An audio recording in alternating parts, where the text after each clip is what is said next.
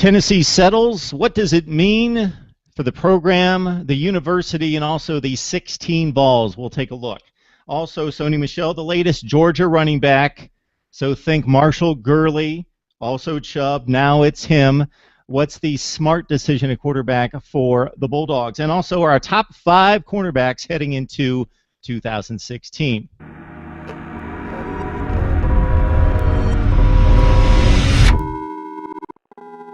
Welcome to SEC Breakdown. This is your SEC football show of record. We come your way and release this show every Thursday morning for you. So from left to right on our panel, this is your SEC Breakdown crew.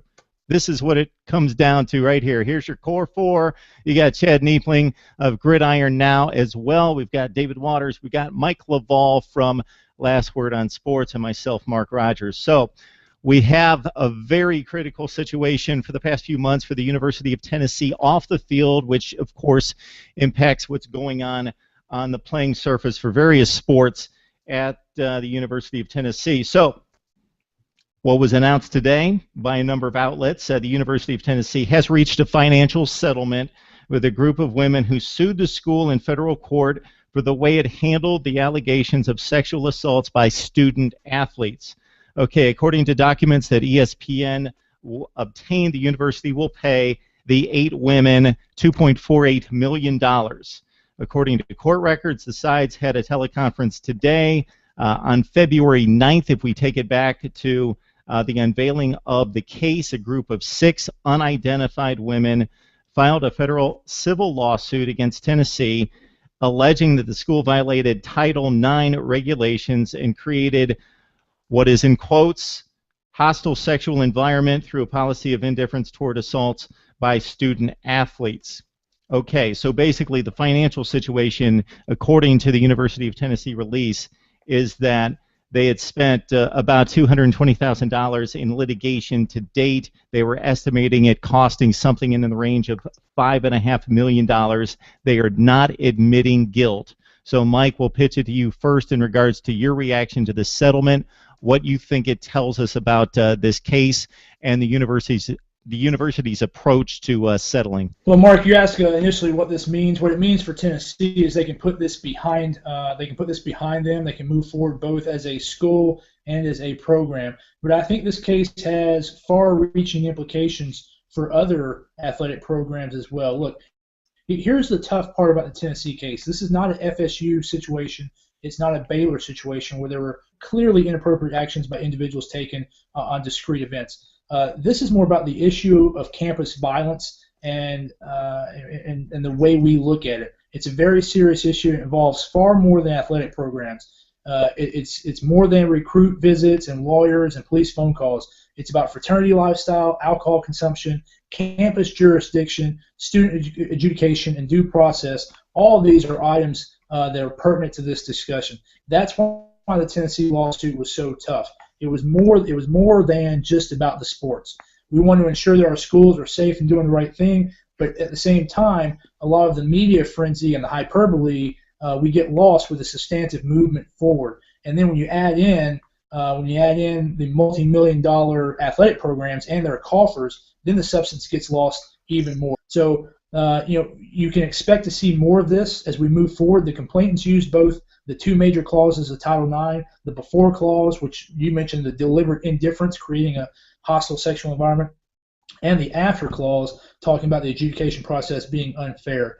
So for Tennessee, it means that Tennessee can move forward both in the administration and on the playing field. But for other athletic programs out there, and there are 167 schools currently under a Title IX investigation by the Department of Education, not in a civil, not in a courtroom, but by the Department of Education, 167, 3 times what it was in May of 2014. What it means for other programs is that this is something that other programs need to look at and either rectify situations now to prevent that, or expect a lawsuit like this to come for that. So it has implications for Tennessee and for other major college athletic programs. Mike, you kind of said, you started off with Tennessee can put this behind them now. Is that led to believe that this is over? Is there anything else out there that still can tie itself to Butch Jones or or any of the other players that were involved with some of the allegations that we heard earlier this year. No, David, it looks like Tennessee's going to be able to move forward on the field. They're still, looking at the university, there's still a couple of student adjudication processes underway. I don't believe any of them involve any student athletes or football players, student athletes on the football team or basketball team, which is what this one's centered around. I don't believe there are any members on the team currently under investigation. So it looks like from the administration, the school aspect, and the team program, it looks like they can move forward. They're pretty much in the clear. They made several policy changes that satisfied the complainant's lawyers. So it looks like this is going to be in the rearview mirror for Tennessee. Mike, in your opinion, I mean, is there any, I guess, long-term effect when it comes to the perception of the school? Is this something that that could be used in negative recruiting? We hear a lot about that across the SEC and in college football. But is that something that you feel like is going to be used against Tennessee out there on the recruiting trail? No, Chad, we haven't seen any indications that this hurt Tennessee on the recruiting trail. Like I said, there are 167 schools under investigation. Notre Dame's under investigation. Oregon's had their turn. FSU's had their turn. Colorado, Baylor. I could go down the list of those 167. Many of them are Division I big-time programs. So I don't think this is going to hurt Tennessee. And looks into the facts of the case, we'll see that this is far more about the administration and other issues. Other wide-ranging college issues that exist on many multiple college campuses. This is not just a Tennessee problem. It's a college problem. It's a problem of higher education that was looked at on the Tennessee campus. I don't think it's going to hurt recruiting, and we saw no indications this cycle that it hurt recruiting. Yeah, and as you alluded to a certain extent, Mike, because of the 167 cases out there, even though they aren't civil suits, Tennessee's kind of taken the lead on this in a number of ways, and one way could be the policies and procedures that you pointed to earlier. So this might be a question that's jumping the gun to a certain extent since the settlement just came down today, but can you anticipate, or was there any rhetoric about what kind of policies and procedures are we talking about specifically that address preventing these kind of possible situations in happening? Well, Mark, I haven't went through the settlement line by line, but what we do know is that's going to be changed by this. What the school agreed to was there's going to be an outside advisory board set up to give Tennessee feedback on how they're meeting their Title IX requirements. No longer will the school direct athletes to a lawyer. There will be no more calls to the police or from the police to the coaching staff. That had changed before the lawsuit was published, however. The student adjudication process is going to change. This was a big point in the lawsuit. Tennessee, the state of Tennessee, the Tennessee system has a unique system amongst colleges in the nation when they do their student adjudication of cases like this. They actually allow a hearing officer to hear it, and they allow both parties to have a lawyer present. The complainants and the complainant's attorney hit this fact very hard. I did not know this before I read into the investigation, but most college campuses, when you do a student adjudication process on a matter like this, you are not entitled to representation in the student adjudication process. Tennessee did allow students, under the accused students and the complainants, to have legal representation in the student adjudication process. That was a big point for the complainants. The due process aspect for the accused. The settlement says that Tennessee will change their student adjudication process, and I believe that's what they're hinting at, which I take personal issue with. I'm not sure that's the way for us to go. And then additionally, the last policy that we know of today is there will be a litany of Title IX training for administrators, anybody who might be a first-line contact with someone who might be a victim. Chad said it straight up before we came on, and I think we all share this thought that as long as justice is being served, that's the important thing. We're football fans. We love athletics, and it's in the rearview mirror now before Tennessee hits the field in 2016, and that's very important for those football players, for the football program, and it's good to see, regardless of who you root for. We don't want to see these kind of dark clouds hanging over a program like Tennessee. Again, as long as justice is being served, that's the most important thing. But beyond that, a lot of innocent people always affected in these situations, whether it mean directly or just on the periphery in regards to the vibe, the environment, and the pressure placed on the program. So Tennessee will be able to hit the field. This is in the rearview mirror for 2016. All right, we move on to more news in the SEC involving the SEC Eastern Division. One individual that, again, this may impact all sorts of people on the Georgia offense and beyond, because Sony Michel, one of the higher-rated recruited running backs when he came out of high school, took a backseat to Nick Chubb, obviously, when he took over for Todd Gurley. When he got hurt, breaks a forearm, undergoes surgery. So the injury happened on Sunday. The surgery on Monday to repair the fracture. And so you got Sony Michel with Nick Chubb's health probably in decent shape, probably stable, but we don't know for sure. Hasn't seen the field since they played Tennessee last year. Sony Michel out after gaining 1,100 plus yards, 5.3 per carry, 26 catches out of the backfield. That would have been a dynamic 1-2 punch there. It's not a lost cause. It's 6 to 8 weeks. We'll see if he's ready for the opener against North Carolina. So, Chad, we'll start with you. First, in regards to Michel's injury, how this affects the Georgia offense, but because of the instability at quarterback, there's going to be most likely you either go with the high ceiling with the inexperience at quarterback in Jacob Eason, or you play it safe and go with Bryce Ramsey. Your take on this one?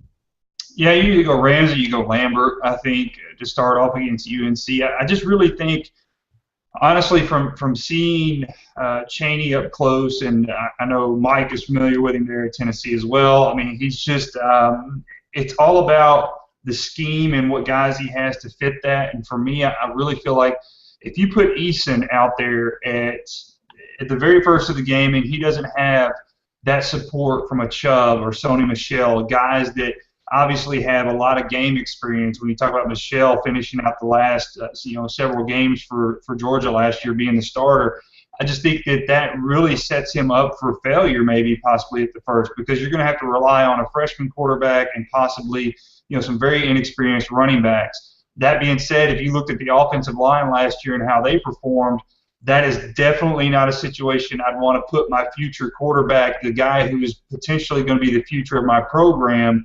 out there on the field. A lot of times last year you just saw the line, it would just break down, and that was a lot of the issues that they had with what quarterbacks they did have in place with Lambert and Ramsey. So those guys weren't able to really do their job, and hence the reason why Chubb was utilized so much. But that being said, I feel like with Pittman, going out and picking him up as the offensive line coach, you will see some vast improvements there on their offensive line just year one, within year one actually, this upcoming season, I feel like. So you'll notice that. But with Chaney, Chaney likes to go deep a lot of times. Chaney likes to air the ball out. He will run the ball too. He's effective in that aspect.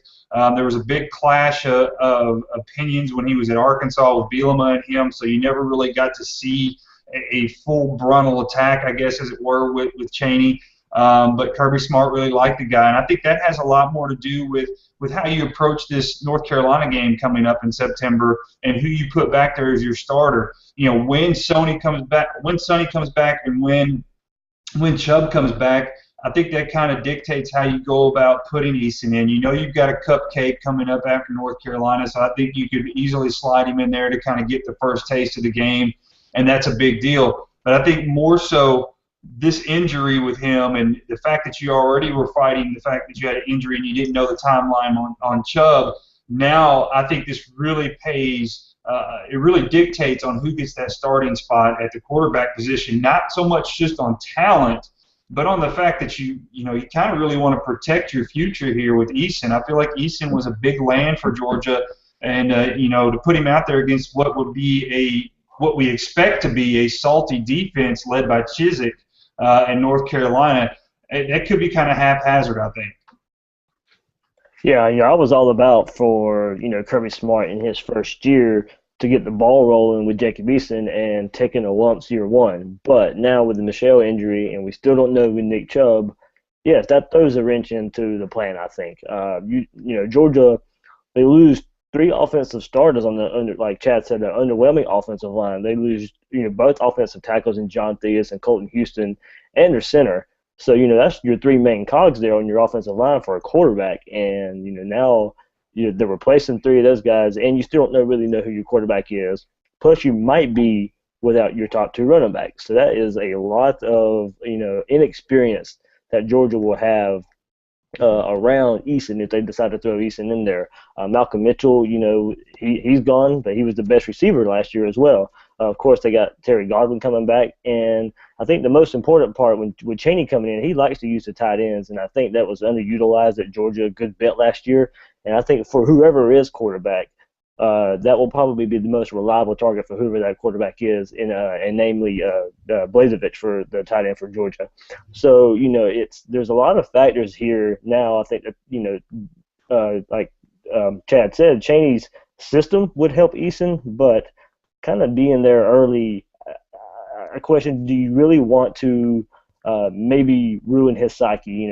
He's a freshman. We don't know how he will respond to adversity. In high school, he really wasn't asked to read defenses a whole lot. He has to get that part of the game down. He has to learn the college game. The only way to learn really is to be on the field, but he needs help. So with the injury to Michel, I really think it probably puts a wrench into Kirby Smart's year one plans. Hey, Mike, it was that 2013 team that lost Todd Gurley after he and Marshall tore it up in 2012 and almost went to the national championship game, both gaining 1,000 yards.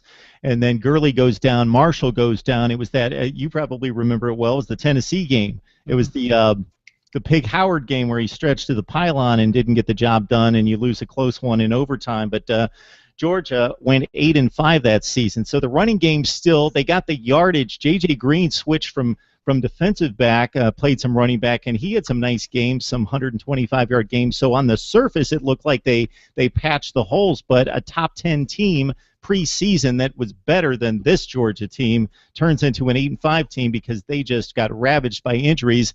And then by game 10 or 12, they're playing a Brendan Douglas, a tailback who was a nice back, serviceable, but shouldn't be starting for Georgia in the SEC. So here we've got an issue that could affect the quarterback slot as well, where it was Aaron Murray then. Now it's possibly a much less experienced quarterback or a not as good a quarterback, even though he's got some experience. Yeah, Mark, thanks for bringing up that memory of Pig Howard's. It just came to mind, Mike. I'm sorry.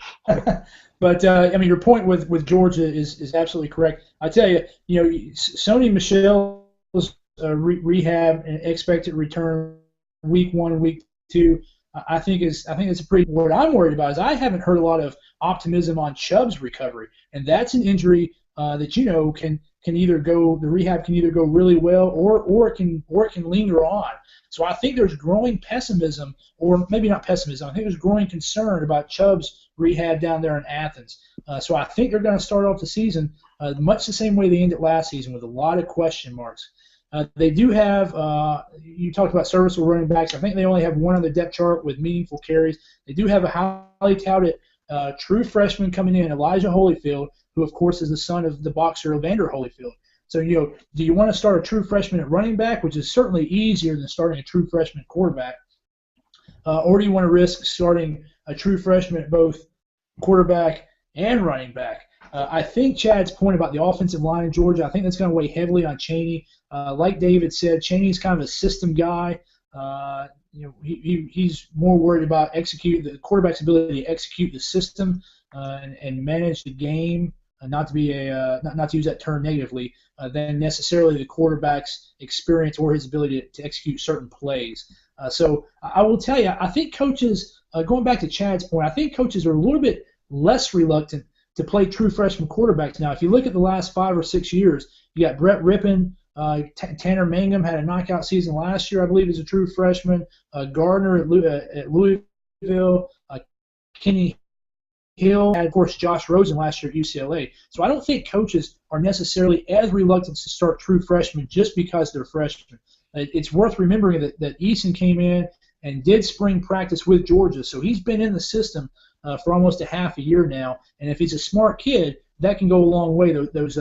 those 14 extra practices of spring ball and being in the program for about 5 or 6 months now. That's going to, or 7 months once we start the season. That's going to go a long way for Jacob Eason. But Cheney's going to have a huge decision to make there with the offensive line and the lack of running back. Not only the freshman quarterback, but does he start a freshman tailback as well? So they're all good points, and who's right? Do you stay conservative and go with the competition between Ramsey and between Hudson Mason or Grayson Lambert? I'm going back a couple of years. Grayson Lambert from Virginia. You go with those two guys, play it safe, play it conservative, think you've typically got the better talent at least early in the season against some of those opponents, even North Carolina, or do you open it up, let the high ceiling guy come in? Obviously, we're not in the August reps to see how well Eason's coming along, how well he grasps the offense, but point well taken, Mike. If this was 25 years ago, they go conservative. Most coaches in America today, with the training and with the reps and the tutelage that these kids have coming out of high school, if they're at this level and this ability, I'm not going to say that they're ready to go, but we see it time and time again, freshman quarterbacks doing extremely well across the nation on a number of big stages. That's not necessarily the way they should go, but it's being done all over the place, and I think to David's point in particular, the state of the offensive line should play into that decision heavily. All right, Dave, since you have seen probably the best cornerbacks in the league in recent years, Mr. Hargraves and now Jalen Tabor, who's arguably in that top spot, we'll let you lead off with our rundown of the top 5 cornerbacks in the SEC, letting people know that we've knocked out the top 5 safeties, so you need to check out that video or audio podcast. So, Dave, what you got for the top 5? I'll start at number 5 with Donovan Wilson from Texas A&M. Texas A&M lost both their starting cornerbacks, and Brandon Williams and Devontae Harris. So, Wilson's essential to keep that Texas A&M defense getting that next step under John Chavis. He's even drawn comparisons to Tyrann Mathieu a little bit in the process. It's kind of surprising to me, but I've seen it in multiple places. So, and you can see it a little bit. He got the 5 interceptions last year, and he solidified as one of the top playmakers in the nickel position last year. He's a versatile defender. He can play nickel or safety. He's good size. He's a really good closer for in the defensive backfield. He will close on the ball pretty fast. He's a physical player. He can throw receivers off the routes. And it's like I said, he had 3 forced fumbles. So he's not afraid to throw his head in there and create some turnovers. Against running backs and other receivers. He's almost a linebacker who can, kind of cover people in short zones. He's kind of like a safety in a way too. So he's a very physical guy. And I think was one reason, he with Chavis, he can kind of just move him a little around on the field a lot and make him a playmaker. Number 4, I'll go with Micah Fitzpatrick from Alabama. Not many true freshmen start for Nick Saban, but he impressed Nick Saban enough to get it done. He's a smart, super athletic guy. He's these guys we're talking about. You're going to hear it again. They have a real nose for the football, and he's another one. He's one reason converted corner Eddie Jackson was able to stay at safety. And Fitzpatrick started 10 games as a freshman, led the team in passes defended, 2 interceptions. He returned for touchdowns. Also blocked a kick. Has a nose for the ball. Might not start the season as good as he looked last season, as he played nickelback. The transition to corner won't be easy, but with Saban and Pruitt, they're not going to start a guy who can't get it done in Alabama, and he will get it done. Number 3, Tre'Davious White from LSU, surprised many guys by returning for his senior season, but by doing so, he puts himself squarely at the top of draft boards. His junior year wasn't as good as some, so I think that's why I slid him into number 3. He probably had a better sophomore season. He didn't have an interception. He only had 5 pass breakups. So he'll look for more consistency this fall. He's a pure man cover cornerback, though. He can stick with them, but he struggled near the red zone last year at times, and that's one reason I couldn't put him in the top 2. He was second-team all-conference pick in the Jim Thorpe Award semifinalist. So he's got all that going for him. He's got the accolades, but he probably needs to play a little bit better to jump up to be one of the SEC's top DBs or cornerbacks. I got Cam Sutton, number 2. I think his return was also a little bit of a surprise to some. But it just stabilizes that Tennessee secondary, which lost both safeties to graduation. So he was a 3-star recruit in 2013. He was barely considered a top 60 player in Georgia, but he started ever since he's been at Tennessee, and definitely would have been drafted had he chosen to go last year. He's a hard worker.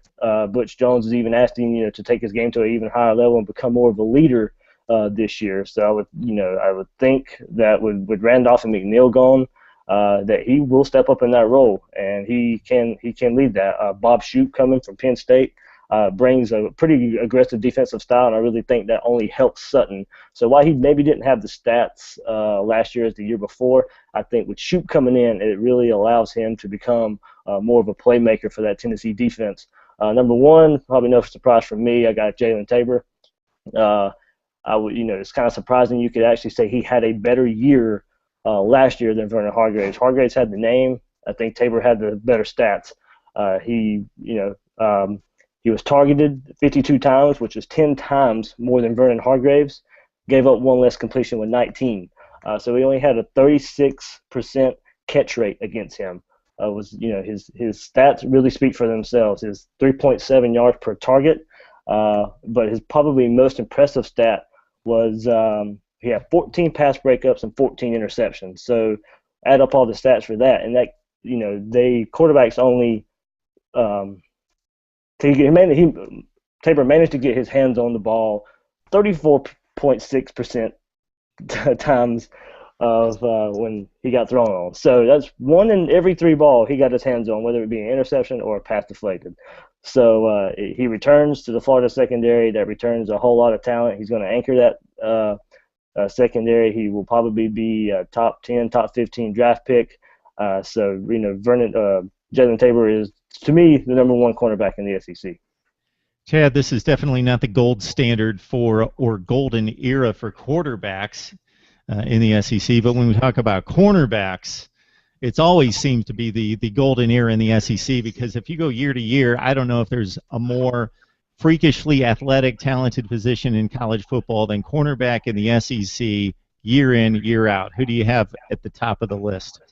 I agree with that, Mark, and I think only having 3 quarterbacks go to SEC Media Days speaks to that truth. So when it gets down to it, my top 5, I guess I'll start at 5 as well, as David did. I'm kind of a little bit more, since I've had a chance to kind of see these guys up close a little bit more, I'm probably a little bit more heavy with LSU in the aspect that Kevin Tolliver is a guy that I really like. He's just a very long, rangy, athletic type of guy.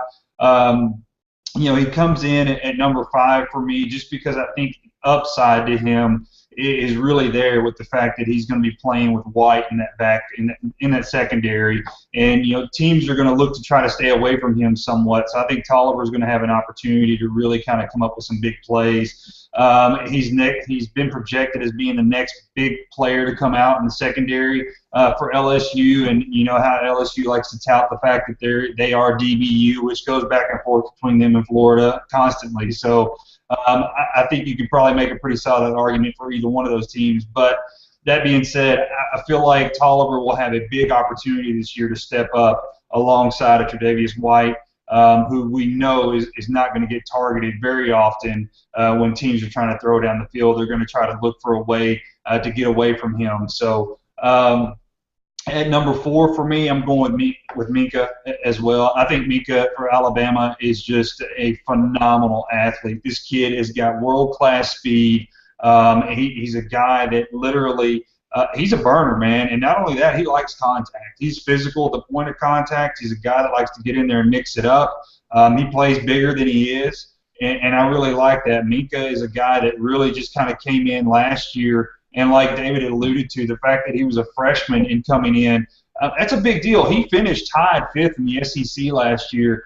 He had 2 interceptions, 11 pass breakups, 13 that were defended. He averaged basically, 1 pass defended per game, and that's pretty good for a guy considering he's a freshman. So I think that there's a really high level to him coming up this next year. I think the ceiling for him is really high. They're going to look for him. Alabama's going to look for him to, exponentially grow from that. So I think that's something to be expected of Minka going forward. For me, at number 3, it's really a toss-up. I think you could go, 1A, 1B here if you really wanted to with White and Sutton, but I'm going with White at number 3, just because of the fact that I think that he did come back. He had a legitimate opportunity to go to the NFL, turning that down to come back. LSU is loaded on the defensive side of the ball, folks. Get that in your head right now before the season starts. They have got some beasts on that side of the ball, and they're coming back to complement the offensive side that we hope can do something on that side besides Fournette. But that being said, returning for his senior season, I think White and Tabor are really probably going to be, and Sutton are probably going to be the top 3 guys people were talking about when it comes to Mayock, and these guys are doing their draft, mock drafts coming for getting closer to the NFL draft. You're going to be hearing a lot about these 3 guys. Number 2 for me is going to be Cam Sutton. I just feel like Cam Sutton, quite honestly, has proven year in and year out that he is a solid, dependable, responsible guy that's going to come in there and he takes care of the ball. Cam Sutton is, for what it's worth, for me, a lot of times I felt like he hasn't gotten a lot of the accolades that he deserves. This last year, I know Hargraves was in the conference, and a lot of people were giving Hargraves a lot of attention, and it seemed like Sutton was just getting overlooked. And when you look at Sutton, he has been an effective defensive player in that secondary year in and year out. And David made the point. He's been back there for quite some time now, so experience is not a problem. He has the knowledge. And I'm going to tell you something, with the fact that they now have this new defensive coordinator there in Tennessee, and Shoup, I really expect to see a lot more popping coming from him. I expect to see a lot more physicality out of this defense, and guys in the secondary are going to be able to make some big-time plays with that pressure up front. So I expect Sutton to have a big year this year. Number 1, David alluded to him earlier, I've got to go with Jalen Tabor here. I mean, I'd be insane if I didn't pick him. I think the fact that his numbers, again, they speak for himself. When you look at him statistically, he finished first in the conference, tied with Trey Elston at Ole Miss as far as numbers are concerned. We're talking about stats, talking about pass breakups, passes defended per game, interceptions. These 2 guys were neck and neck. And to be able to look back at this and say that Jalen Tabor, as David alluded to, is to say that he actually had somewhat of a better season than Hargraves is pretty freaking impressive. And much like I talked about before with LSU and White, people really tried to put Tabor to task last year, opposite of Hargraves, and you saw where he came up big a lot of times. And so I feel like, that being said, this is going to be Kevin Tolliver's year at LSU in the same aspect. So those are my top 5 guys. I feel like, the secondary, again, in the SEC, Mark, you alluded to it, you've got some guys that should be playing other positions besides secondary, maybe in another Power 5 conference, and they're playing at the 200-plus pound range as cornerback guys. So I think that the SEC, that's something to hang your hat on if you're out of this conference. And it was tough to pick these top 5, I'll be honest with you. So for Chad, Kevin Tolliver jumps in to the top 5 at number 5 in place of Donovan Wilson, Texas A&M, who was in the top 5 for David, the other 4 in place. So Mike, we leave it up to you, and then I'll jump in with my humble opinion as well. Your top 5, Mike. Mark, I think it's going to sound a lot like David and Chad's. At number 5, I had Donovan Wilson. He had 63 tackles for nickel/corner, so it shows that he's very athletic, not afraid to get in there. And he had 8.5 tackles for losses. Very athletic guy down there at Texas A&M. Of course, the defense had to do a lot of tackling, but I'm expecting big things from Donovan Wilson this year. Number 4, I've got Mika Fitzpatrick. Again, a guy that played a lot of nickel last year. I think he might even take the number 1 role playing opposite Marlon Humphrey with the Tide this year. Very athletic. 11 messed time for passing round. With Tre'Davious White and Cam B. I had Tre'Davious White at 2B, number 3, only because he had a little bit. His stats were down, no interceptions for cornerback. I know he wouldn't target it a whole lot, but look, Tre'Davious White, 3-year starter, has 132 total tackles. Every one of those guys at LSU on that defense is tough-nosed, hard-hitting, and Tre'Davious he's going to be great for LSU this year. But he had no interceptions last year. That's the only thing kind of made the decision between him being 2 and him being 3. And number 2, I got Cam Sutton. Just like Dave and Chad said, here's why I put Sutton 2A ahead of Tre'Davious White. Dave alluded to it. He started 38 games. He has started every game he's played at Tennessee. He has been so instrumental to the development of that program as they move forward. His leadership, he's a very quiet guy. Works hard in practice and sets the example for the young guys. Everybody knows, we've talked about that ad nauseum, that the transition between the Kiffin-Dooley era and the Jones era has been a tough one for Tennessee. Cam Sutton's been one of those key guys that bought into Butch Jones early and has set an example for the team as they grow into the Butch Jones system. His importance to that team over the last 3 years cannot be overstated. 3-year starter, total of 6 interceptions in his career, 3 punt return TDs, including 2 last year. So he's also All-American on special teams as well as a punt returner. And then number 1, Jalen Tabor. His stat line from last year is crazy. David had it with a percentage of balls thrown his way that he touched was just ridiculous. 40 tackles, had a sack, 14 pass breakups, 4 interceptions, and 2 touchdowns. Just incredible. So I had the same 5 as Dave. Wilson at 5, Fitzpatrick at 4, White, Sutton, and Tabor. Here's the other guys that kind of made the cut. Humphrey from Alabama had 3 interceptions last year. Bridges out of Ole Miss. I think those are guys in the conversation as well as top cornerbacks coming into 2016. So what happens with these lists is by the time you guys get done with the great insight and laying down the stats, I'm like knocking my head against the wall because I'm thinking, what do I have to say at this point? I'm number 4, hitting cleanup, but I got nothing for you. You guys covered it extremely well. Even Mike pulled out my honorable mention list. So I might be able to find somebody here, but here goes. I'm going to play a little bit of the contrarian at the top of the list. Here we go. At number 5, I've got Donovan Wilson. We talked about the interceptions. He actually played nickel back in 2015. Going to play a true corner position this year. Got into the backfield, as Mike so eloquently said. In addition to supporting the run in the backfield with the 8.5 tackles for loss, Minkah Fitzpatrick as a freshman. And think about the last 2 games that he played. He played against what should be starting quarterbacks in the NFL, and Connor Cook and Deshaun Watson. Obviously, against Michigan State, most of that shutout, about 85% of it, could be credited to the front 4, but still played in the secondary against an Aaron Burbridge, who's an NFL player at Michigan State, and the shutout says it all right there. Deshaun Watson, of course, made plays. He's an exceptional athlete, best quarterback in the country, but still, Fitzpatrick played extremely well in that game. 13 passes defensed. As a freshman All-American, not just All-SEC, freshman All-American. At number 3, I got Cam Sutton. So to highlight the point made about his durability, his consistency, and showing up when the bell rings each and every game, the 38 starts, if he stays healthy, stays on the field, Tennessee, of course, reaching postseason play, he's going to rack up 51 starts in his career. How many collegiate players start 51 games in a career? You guys knocked out the stats. He's been extremely dependable. A Georgia player out of high school, just a 3-star that has turned out to be extremely productive. At number 2, I got Jalen Tabor, Florida.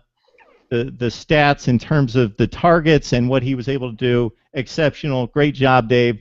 But I love Tre'Davious White. Ever since he came out of high school, I heard about this kid, kept my eye on him. He's got 34 starts under his belt already. Tre'Davious White, you don't think about him being much of a veteran player, and was also a semifinalist for the 2015 Thorpe Award. I think he's just got lights out talent. Those 2 guys, I don't think there's any question from a talent perspective. Of course, Sutton brings a lot of the stability to the position and should get credit, and does get credit from this panel for that. But in terms of the NFL draft, not rating them on pro potential, but these 2 guys are going to be way out there, close to the top of the draft board in the NFL next year. So I don't know if you hit on all these guys. I know you said Tony Bridges out of Ole Miss, Mike. Junior college player, 3-star, who's turned into an exceptional player, 3 picks last year. Carlton Davis out of Auburn, 56 tackles last year, defensed 11 passes. Let's give a little love to Chris Westry, just a freshman out of Kentucky last year with 36 stops, 2 picks, 7 passes defended, long arms, tons of range on the targets there to get the job done.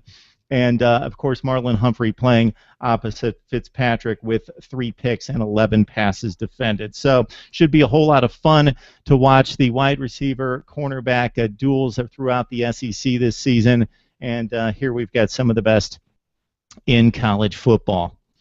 All right, talking about the best in college football, I got them right in front of me here. We got Mike LaValle, David Waters, and Chad Niepling breaking down SEC football each and every week. And you can join us on Twitter, and you need to join us on Twitter if you love college football and specifically the SEC. SEC Breakdown, we release it every Thursday. We've got the audio for you. We've got the video. You don't have to go searching for it. If you follow us on Twitter, we send out the links, and you can join us right there. All right, boys, it's been a good time. Appreciate the breakdown and the insight, guys.